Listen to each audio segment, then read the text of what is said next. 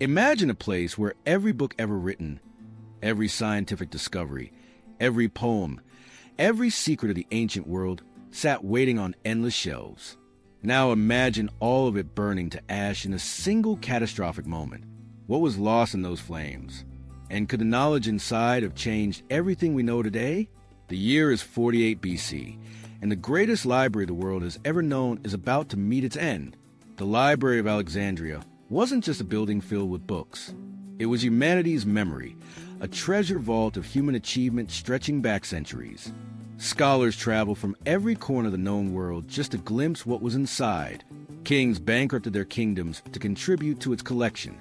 It held works by minds so brilliant that even today, thousands of years later, we're still trying to catch up to what they understood.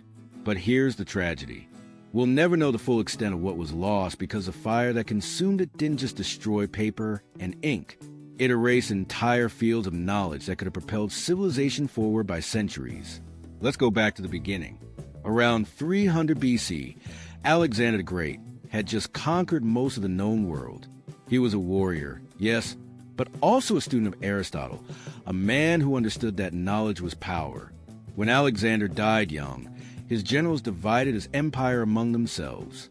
One of them, Ptolemy, took Egypt and decided to build something that would outlast any military conquest. He wanted to build a monument to knowledge itself. And so, in the bustling port city of Alexandria, construction began on what would become the most magnificent library ever conceived. The library wasn't just one building. It was a sprawling complex with lecture halls, gardens, laboratories, and living quarters for hundreds of scholars. Imagine walking through those marble corridors, past rooms filled with papyrus scrolls stacked from floor to ceiling.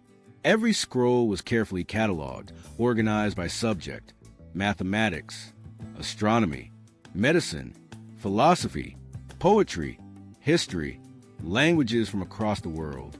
The library employed scribes whose only job was to copy texts brought in by ships docking at Alexandria's harbor. In fact, there was a law that any ship arriving in the port had to surrender its books temporarily, so they could be copied. The originals were often kept, and the copies were returned to the ship's owners. That's how desperate they were to preserve knowledge. At its peak, the Library of Alexandria housed somewhere between 400,000 and 1 million scrolls. Think about that number. In an age before printing presses, before digital files, every single one of those scrolls was handwritten.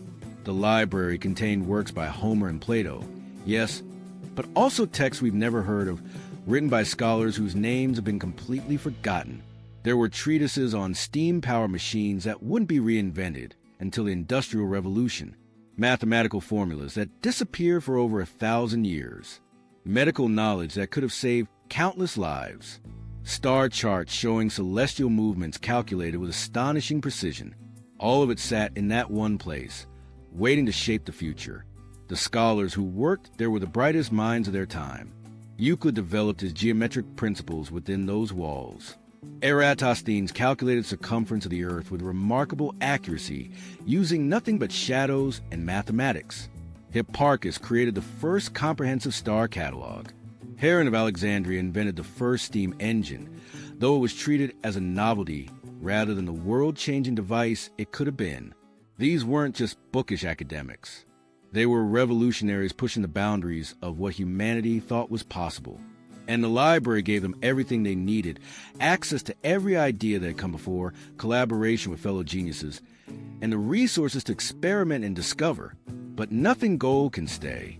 The library's destruction didn't happen in one dramatic moment. Despite what the movies might tell you, it was a slow death, a series of wounds inflicted over centuries. The first major blow came during Julius Caesar's civil war in 48 BC. Caesar was chasing his rival Pompey through Egypt and found himself trapped in Alexandria's harbor. To escape, he ordered his men to set fire to the Egyptian fleet. The flames spread. They leaped from ship to ship, then onto the docks, then into the warehouses along the waterfront where thousands of scrolls were stored waiting to be moved into the main library. Ancient historians recorded that smoke darkened the sky for days. How many scrolls burned in that fire? We don't know. Some say 40,000. Others say it was just a warehouse, that the main library survived. But the damage was done. The fire was the beginning of the end. Over the next few centuries, the library continued to decline. Political instability shook Alexandria. Funding dried up. Religious conflict erupted between pagans, Christians, and other groups, each viewing the other's texts as dangerous or heretical. There were more fires, more acts of vandalism, more losses.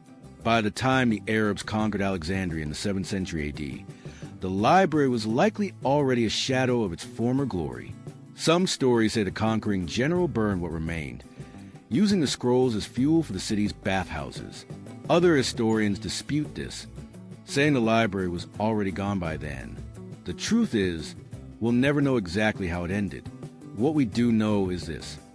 By the early medieval period, the Library of Alexandria was no more. So what was lost? That's the question that haunts historians to this day.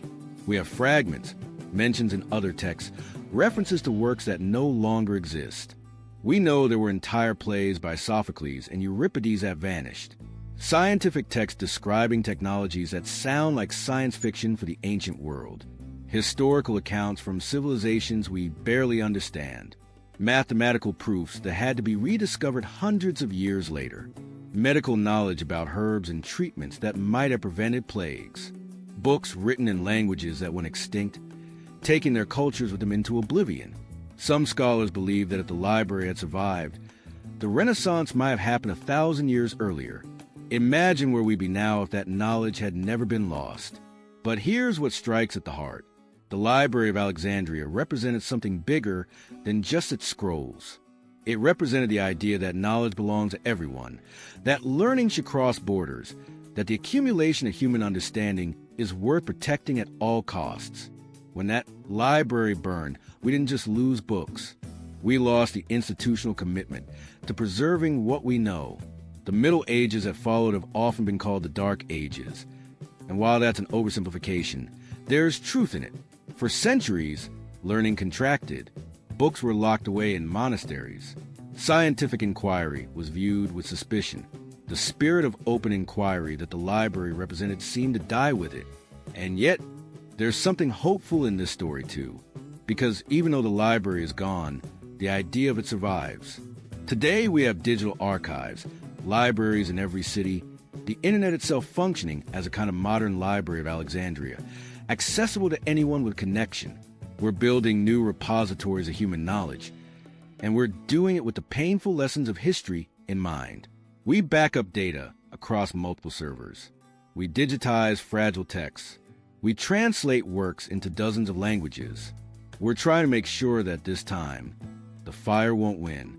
The knowledge we're creating today won't vanish into smoke and legend.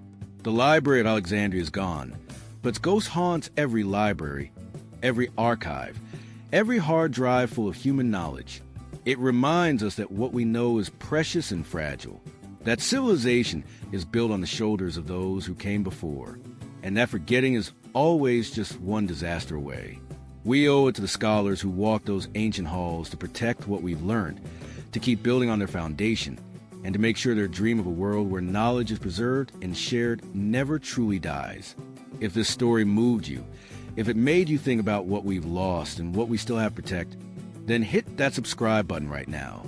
This channel is dedicated to uncovering the forgotten stories of history, the moments that changed everything, the knowledge that slipped through our fingers. By subscribing, you're joining a community that believes history matters, that these stories deserve to be told, and that we can learn from the triumphs and tragedies of those who came before us. Don't let this be another piece of knowledge that disappears into the void. Subscribe, turn on notifications, and let's keep exploring the incredible, heartbreaking, inspiring story of humanity together.